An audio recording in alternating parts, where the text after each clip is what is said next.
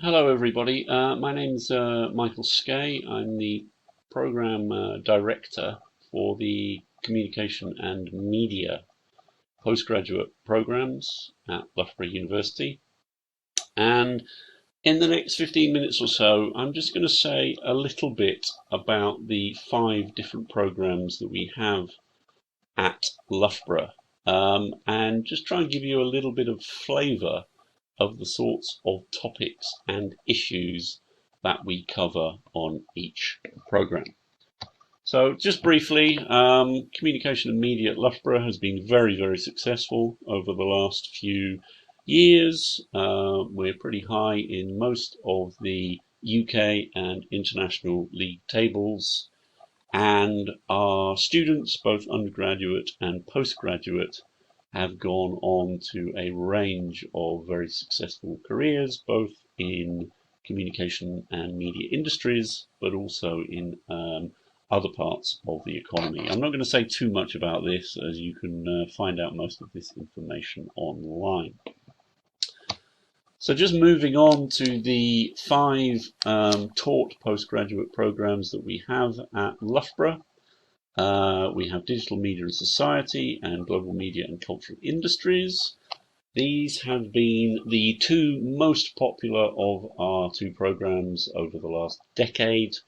But we have 2 relatively new programs, which are Social Media and Political Communication and Strategic Communication, which started last year and have been very popular. And this year we are seeing a big growth in numbers on both of those programs. So we're very, very excited about them. So what I'd like to do now is, as I say, just give you a little bit of an idea of how these different programs are structured, and to say a little bit about some of the issues and topics and subjects that you would cover if you were going to study any of these 5 programs. So the first one that I want to look at is the MA in Digital Media and Society. Generally get about 20 to 30 people on this program. What is quite nice about the postgraduate programs at Loughborough is that we have relatively small numbers of students. We're generally looking at about 80 to 100 on all of our postgraduate programs. And what is really good about that for students in particular is that staff get to know individual students. So some of our competitors take in about 300 or 400 postgraduate students, communications and media. And obviously in that sort of situation, it's much more difficult for staff to provide a more personalised learning experience. So one of the things we do like to talk about at Loughborough is the extent to which we can support and get to know our students in relatively small groups, whether that be for seminars or workshops or in lectures as well. So let me move on to the first program, which is Digital Media and Society. So the focus here is on exploring the range of ways in which digital technologies have impacted on our lives in the contemporary era. So we would look at many different aspects, looking at the ways in which things like shopping has changed, the ways in which news consumption has changed, the ways in which we access music and film has also altered as a result of the introduction and popularization of digital technologies, thinking about some ways in which our economies have also shifted as a result of these changes. Now, I'm going to focus on one particular example for the purposes of this presentation, and that concerns personal relationships. So one of the things that students talk about on the module called Digital Cultures is about how people find partners, romantic partners, in their everyday lives. So in the past, Certainly in Western countries, people would have relied on friends and family for finding romantic partners, or they would have gone to particular locations, clubs, pubs, restaurants to meet potential partners.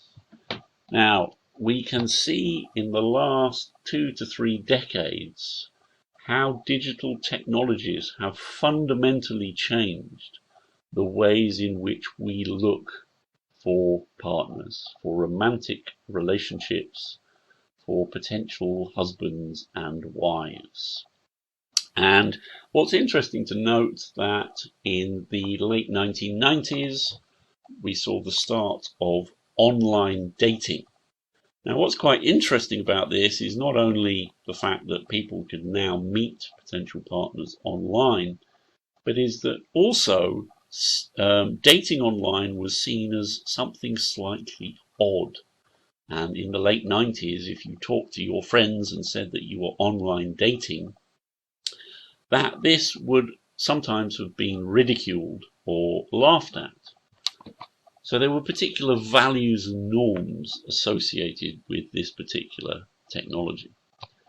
Now, if we move into the 2000s and the 2010s, what we see is a shift in those norms and values.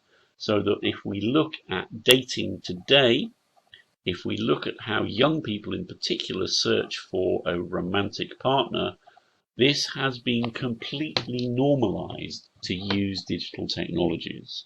So we see apps used as a routine part of people's everyday lives.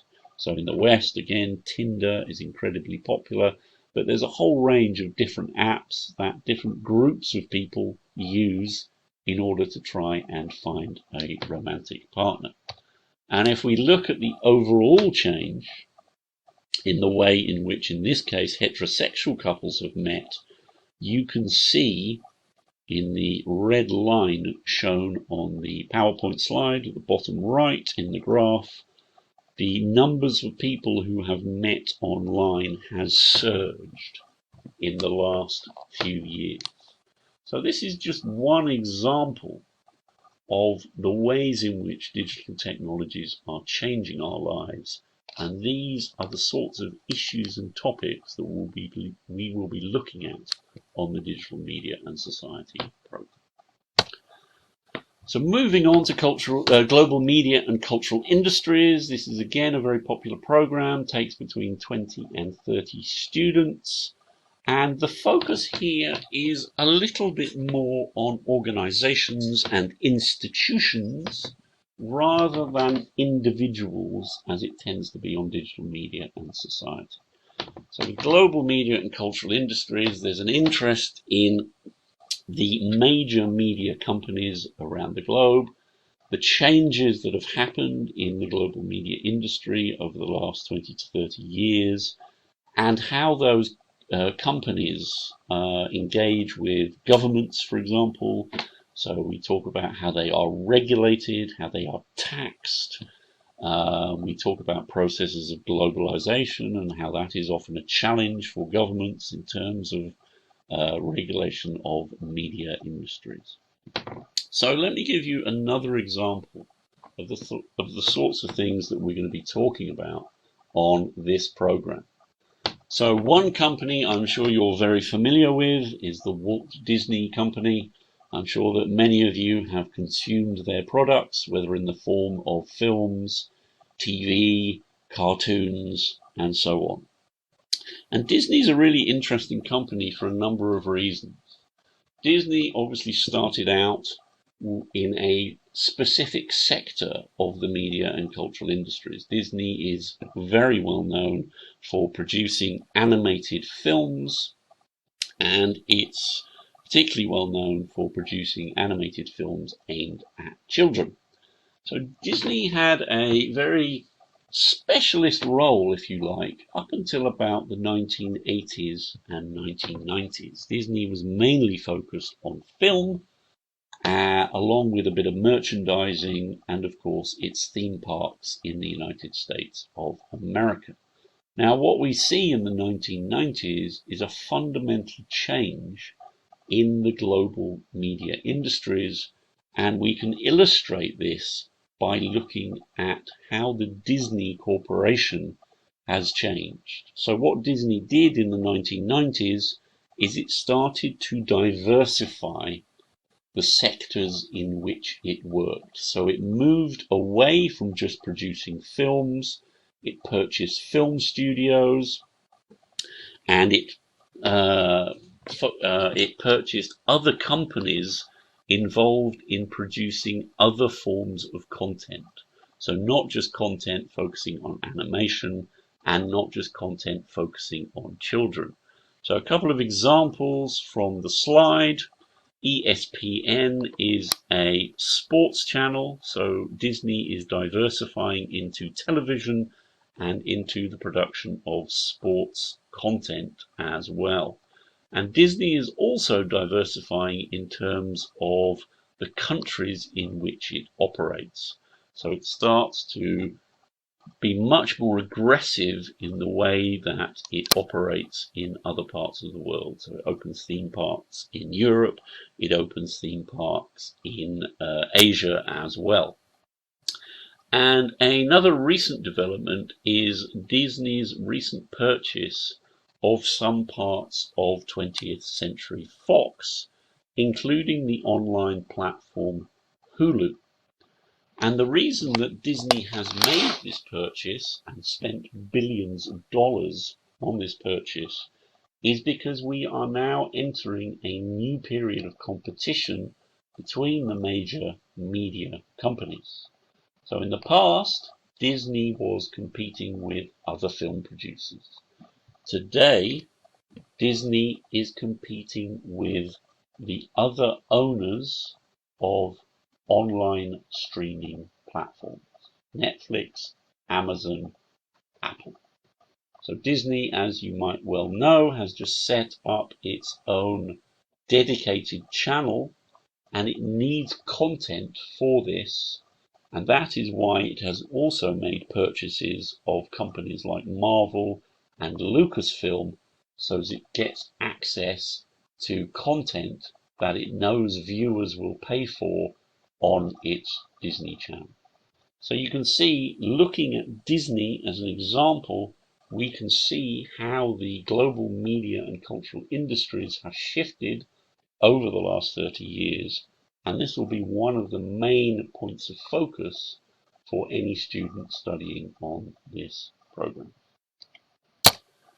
So moving on, media and cultural analysis. This is the oldest program that we run, and this is a program for students who are interested in studying primarily representations within the media.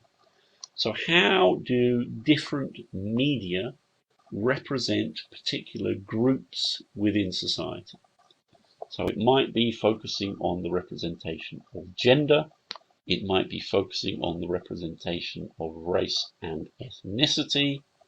It might be focusing on the ways in which people from different class backgrounds are portrayed within the media, and how this has changed over time. So the example I want to give you today is in relation to gender. So one of the things that media scholars have studied over the past 40 or 50 years is the different ways in which men and women are represented.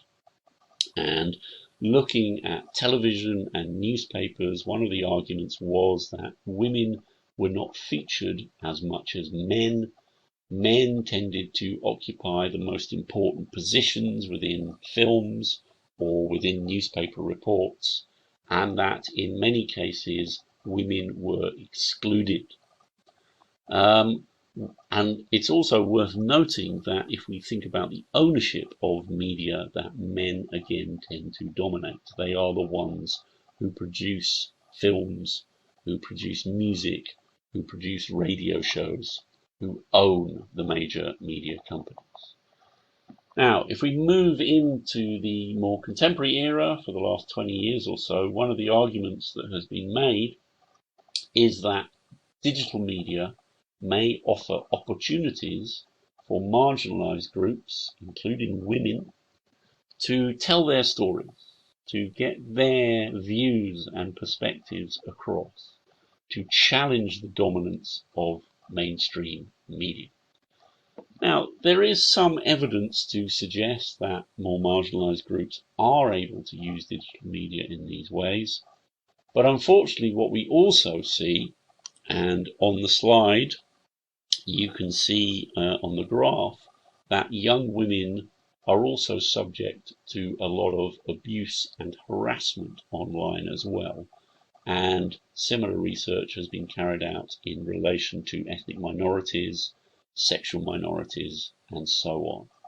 So what we see is that, yes, representations have changed over the years, but there are still major inequalities when it comes to the representation of particularly marginalized groups. And this will be the main focus for students studying on the MA in Media and Cultural Analysis.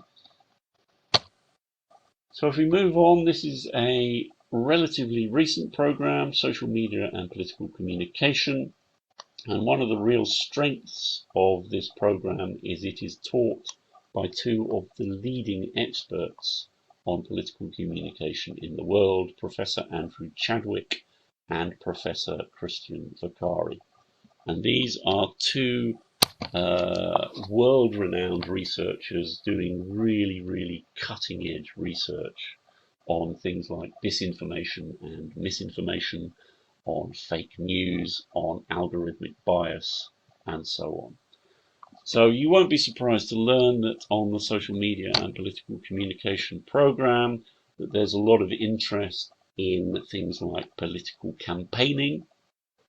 There's a lot of interest in how different political actors use digital technologies to get their messages across, whether that be established political organizations like the Republicans and Democrats in the United States, whether that is more grassroots actors, charities, non-government organizations, protest groups. How are they using digital technologies to try and challenge mainstream media narratives around things like human rights, the environment, and so on.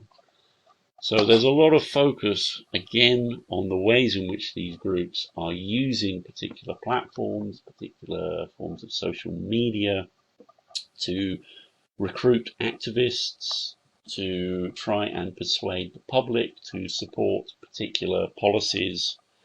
And there is very much a global focus.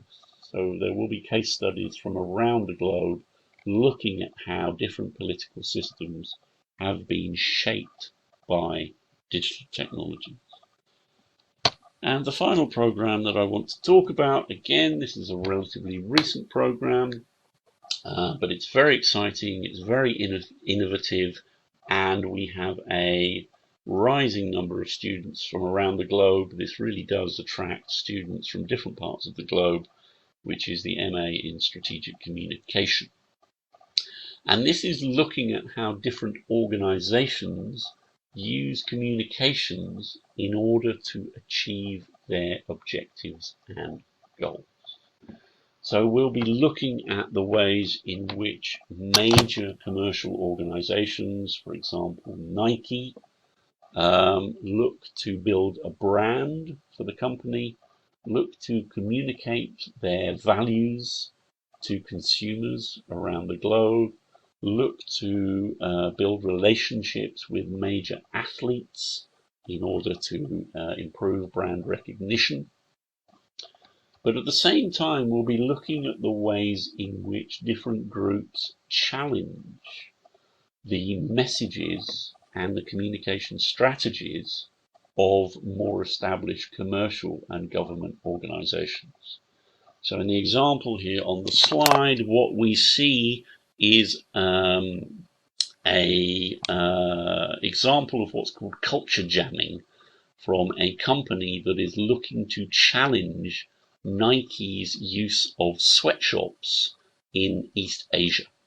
And it's taken the tagline, "Just do it," and applied it to the idea that Nike is forcing young people to make its products in places like Vietnam and Indonesia and Thailand. So it's trying to challenge this brand identity that Nike is building for itself. So we can see here how there are tensions between the strategic objectives of a particular company or government and the strategic communication strategies of protest groups, for example. And the final example I just want to give you, there's also very much an interest in the way in which individuals use social media to also achieve strategic goals. And so how Instagram influencers, for example, use the platform as a way of building a following and getting endorsements and sponsorship from major media organizations. So we're looking at a whole variety of different levels in terms of the organizations that use particular strategic communication strategies, but also how individuals themselves look to build themselves as brands and the challenges that they also face. So those are the 5 programs. Just a quick word about the master's dissertation that each student undertakes in the final semester of the year. And again, this slide gives you an indication of the wide variety of topics that our students choose to study. And we certainly encourage our students to choose topics that will help them in their search for a job in the future. So you can look at studying a topic that will give you a competitive advantage in the marketplace. Thank you very much for your attention, and if you have any questions, I'll be very happy to answer them this afternoon.